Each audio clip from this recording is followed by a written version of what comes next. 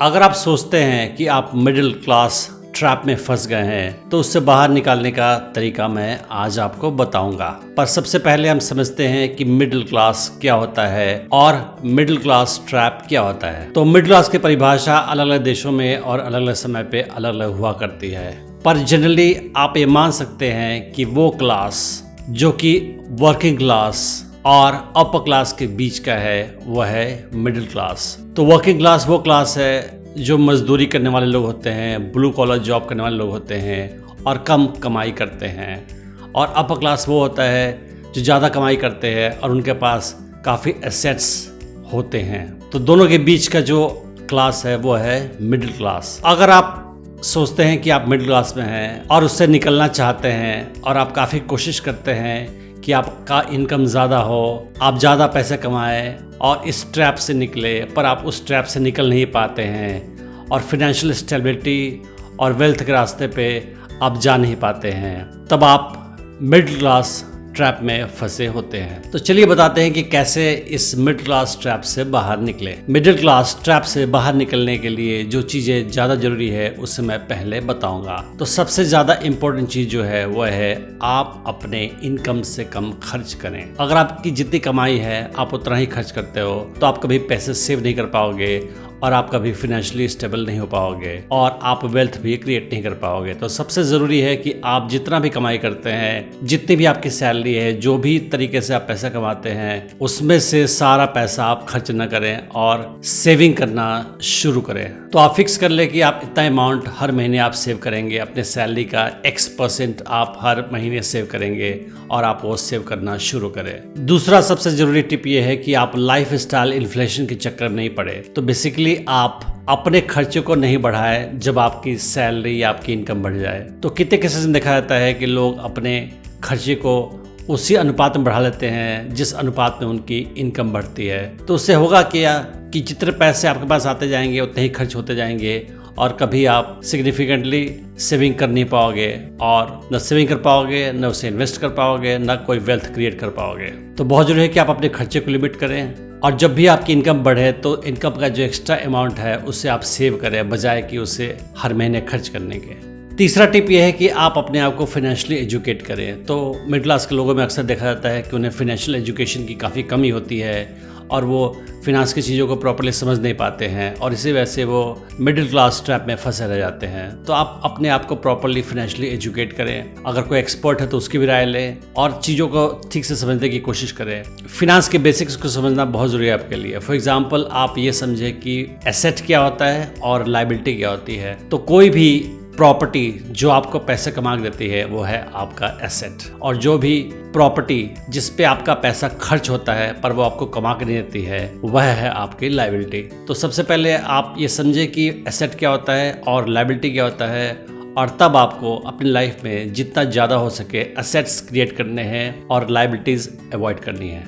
For example आप अगर car खरीदते हैं अपने पर्सनल यूज़ के लिए तो आपका एसेट नहीं है, आपकी लायबिलिटी है, क्योंकि उस पर आप पैसे खर्च करते हैं, वो आपको पैसे कमा के देते नहीं है। लेकिन अगर आपने कोई कार खरीदा और उसे आपने रेंट पे दे दिया तो उस हाल में आप उससे इनकम कमाते हो, वो आपका एसेट हो गया।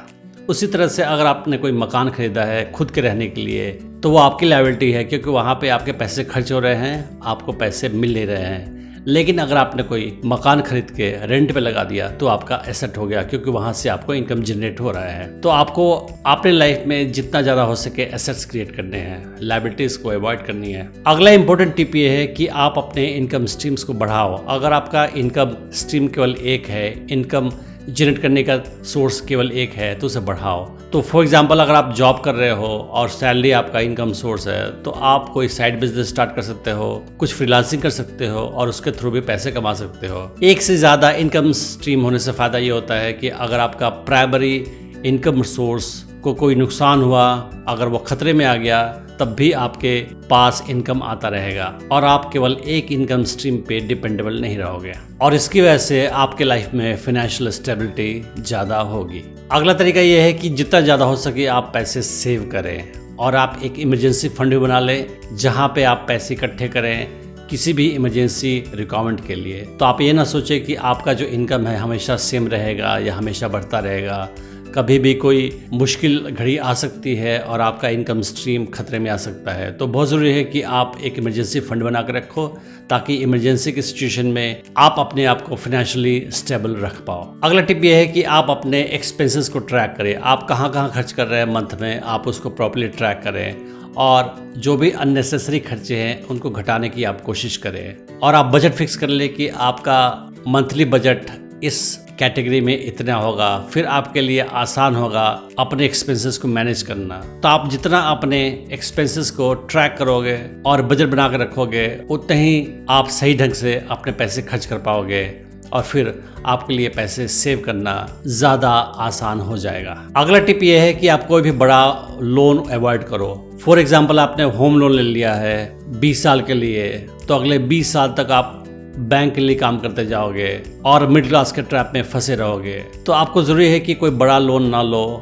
लोन लेने का मतलब ये है कि आप बेसिकली उस चीज़ को अफोर्ड नहीं कर पा रहे हो, तभी आप लोन ले रहे हो। तो अच्छा है कि आप पैसे सेव करो और जब सेविंग की अमाउंट काफ़ी हो जाए तो जहाँ तक हो सके पॉसिबल आप डाउन पेमेंट करके सामान खरीदें, क्योंकि लोन लेने से क्या होगा कि आपको ढेर सारे पैसे बैंक को रिपे करने पड़ेंगे, जो प्रिंसिपल अमाउंट भी होगा और इंटरेस्ट का अमाउंट भी काफ़ी हाई होगा अगर आप लॉन्ग टर्म का लोन ले रहे हैं। तो अगर आपने कोई लोन ले रखा है तो आपको जल्दी से जल्दी उस लोन को चुका देना चाहिए, क्योंकि लोन का अमाउंट आपके ऊपर में बहुत बड़ी लायबिलिटी है और ये आपको कभी भी मिडिल क्लास ट्रैप से बाहर निकलने का मौका नहीं देगी। तो अगर आप एक फाइनेंशियल फ्यूचर चाहते हैं जहाँ पे फाइनेंशियल स्टेबिलिटी है और आप वेल्थ क्रिएट कर पाओ, तो बहुत ज़रूरी है कि आप लोन के ट्रैप में नहीं फंसें और जहाँ तक पॉसिबल है आप लोन को अवॉइड करें। मिडिल क्लास ट्रैप से बाहर निकलने के लिए ये भी ज़रूरी है कि आप अपने इनकम को बढ़ाने की कोशिश करें जहाँ तक पॉसिबल हो। तो आप अपने आप को ज़्यादा एजुकेट करें, अपने स्किल्स को बढ़ाएं, अपने ऊपर इन्वेस्टमेंट करें और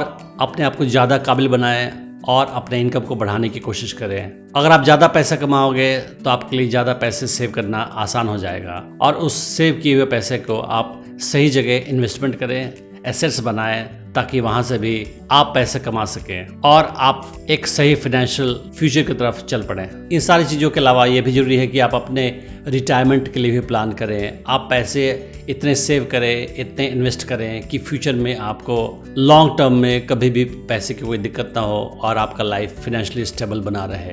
तो समरी में कहा जा सकता है कि अगर आप मिडिल क्लास ट्रैप से बाहर निकलना चाहते हैं तो बहुत सिंपल तरीका ये है कि आपकी जितनी इनकम है उससे आप कम खर्च करें और पैसे सेव करें और उस सेव्ड पैसे को इन्वेस्टमेंट करें, ताकि आपको और इनकम जनरेट हो सके और आपका वेल्थ बढ़ता रहे और आप लोन के ट्रैप से भी बच के रहे और आप एसेट्स और लायबिलिटी जैसी चीज़ों को समझे, अपने आप को फाइनेंशियली एजुकेट करके फिर आप इस ट्रैप से बाहर निकल पाओगे और एक फाइनेंशियली स्टेबल लाइफ जी पाओगे। मैं उम्मीद करता हूँ इस वीडियो से आपने बहुत कुछ सीखा होगा। Thanks for watching the video.